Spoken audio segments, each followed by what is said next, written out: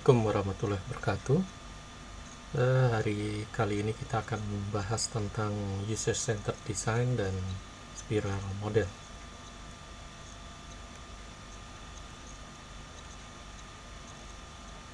User-centered design merupakan paradigma baru untuk pengembangan sistem berbasis web ya. Perancangan yang berbasis pengguna, istilahnya user-centered design ya. Jadi menggambarkan filosofi perancangan, konsepnya adalah user sebagai pusat dari proses pengembangan sistem ya. Mau tujuannya, konteksnya, dan lingkungannya semua berdasarkan pengalaman dari pengguna atau usernya ya.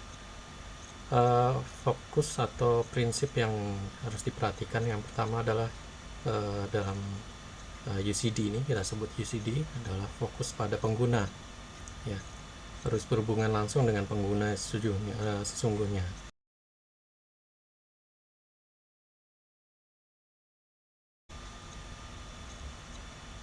Prinsip yang harus diperhatikan dalam UCD adalah fokus pada pengguna satunya yang pertama. Jadi memahami berhubungan langsung dengan penggunanya, calon penggunanya paling tidak, yang melalui interview, survei, workshop. Jadi memahami karakter, kognisi, sikap dari pengguna ya.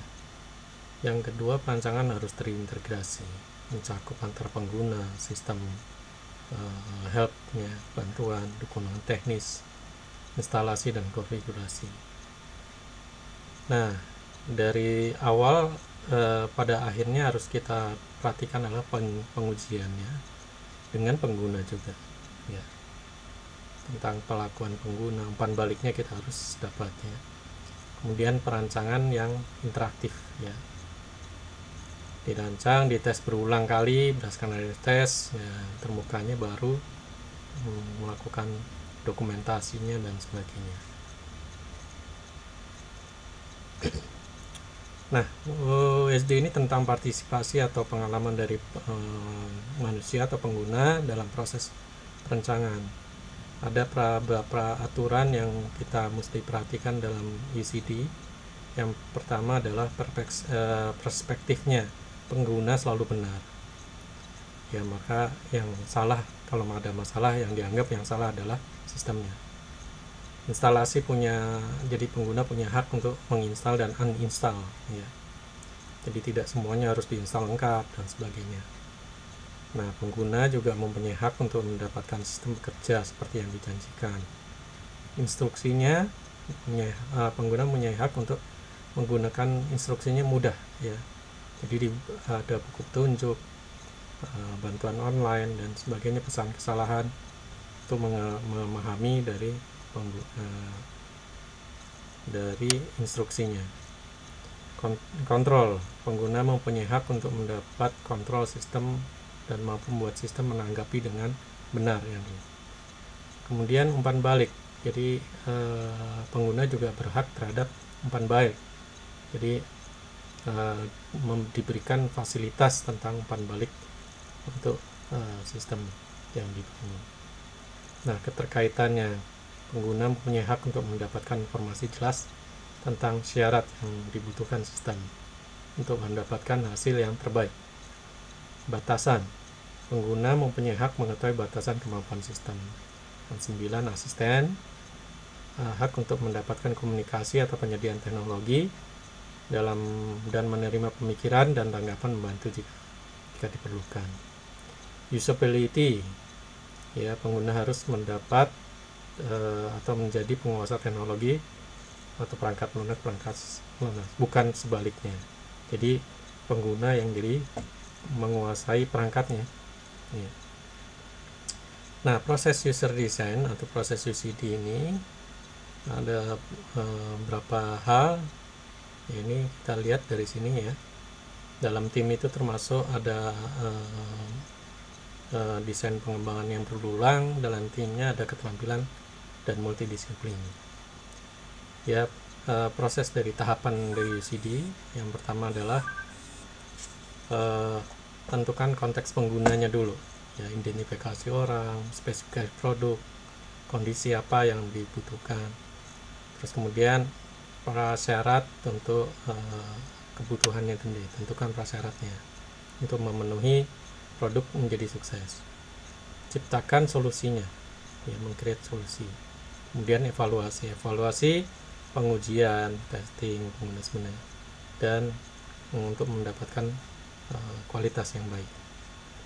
Kita lihat dalam gambar seperti ini, ya, spesifikasikan konteksnya, terus kebutuhannya, terus desain, evaluasi. Nanti akan mendapatkan sistem yang memuaskan. Ya. Nah, ada pendekatan yang digunakan dari proses UCD ini, ada waterfall, agile, tergantung kebutuhannya. Nah, ada beberapa metode yang membantu pembuatan UCD. Standar internasional yang digunakan adalah 13409 tahun 99. Ini adalah dasar untuk metodologi UCD. Ini gambarnya ISO 13407. Ini di dalam dokumennya juga ada. Nah, detail sama dengan proses yang tadi, konteks dulu. Ini lebih detail lagi. Terus kemudian kebutuhan, spesifikasi, kemudian solusi perancangan yang dihasilkan, ya, kemudian evaluasi. Nah, sekarang kita coba penerapan UCD dalam spiral model SDLC. Nah, kita desain yang kita gunakan desain iteratif, ya, modelnya seperti ini: desain, implement, evaluate. Jadi seperti tadi proses desain, implement, evaluasi, ya. Kemudian kita masukkan dalam spiral model yang digambarkan seperti ini. Spiral model ada desain, ada implement, dan evaluasi. Nah, proses iterasinya adalah kita menggunakan prototipe yang mungkin murah, ya, desain paralel yang layak, ya. Kemudian iterasi menggunakan proses melihat resiko-resiko yang dikurangi, ya. Nah, ini yang kalau ada iterasi berulang, hasilnya pasti lebih baik, ya. Yang matang saja yang akan diperlihatkan hasilnya, ya. Nanti UCD akan memberikan, kalau kita proses di UCD, ada beberapa pertanyaan yang dijalankan seperti ini: siapa penggunanya, bagaimana lingkungan pengguna, apa saja masalahnya, ini batasannya, apa tujuannya, ya, fungsi yang dibutuhkan untuk produk, keluaran informasi yang dibutuhkan dalam bentuk apa, bagaimana seharusnya produk bekerja. Ini yang proses yang harus diperhatikan. Nah, untuk iteratif fokusnya sama, analisis pengguna, siapa penggunanya, ya, analisis tugas-tugas apa yang mereka perlukan, melibatkan sebagai evaluator, konsultan, pengguna, kalau bisa terlibatkan dalam setiap iterasi. Prototipe yang dievaluasi harus dievaluasi bagaimana caranya, ya, sehingga nanti prinsip spiral model menjadi seperti ini, ya. Ada task nih, tugas-tugas apa, desain dulu, prototyping, user testing, terus coba lagi komputer prototype, kemudian evaluasi secara heuristik, ya, terus kemudian implementasi mungkin dalam bentuk prototype yang lebih lengkap lagi, kemudian evaluasi. Ini modelnya seperti ini, ya.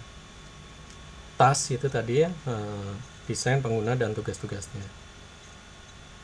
Nah, terus kemudian lihat dalam bentuk skenario prototype menggunakan kertas dan sebagainya, terus diulang lagi permasalahan, diuji, dan seterusnya. Nah, prinsip yang penting dalam proses yang tadi itu, iterasinya adalah goal dari bisnisnya, memahami penggunanya, desain dari pengalaman dari total pengguna. Jadi kalau umpama dievaluasi, rasanya seperti apa. Nah, lakukan evaluasi, umpan baliknya dikumpulkan sejak dini, terus keunggulannya apa yang dinilai. Nah, itu kita tetapkan, diatur, observasi secara kontinu.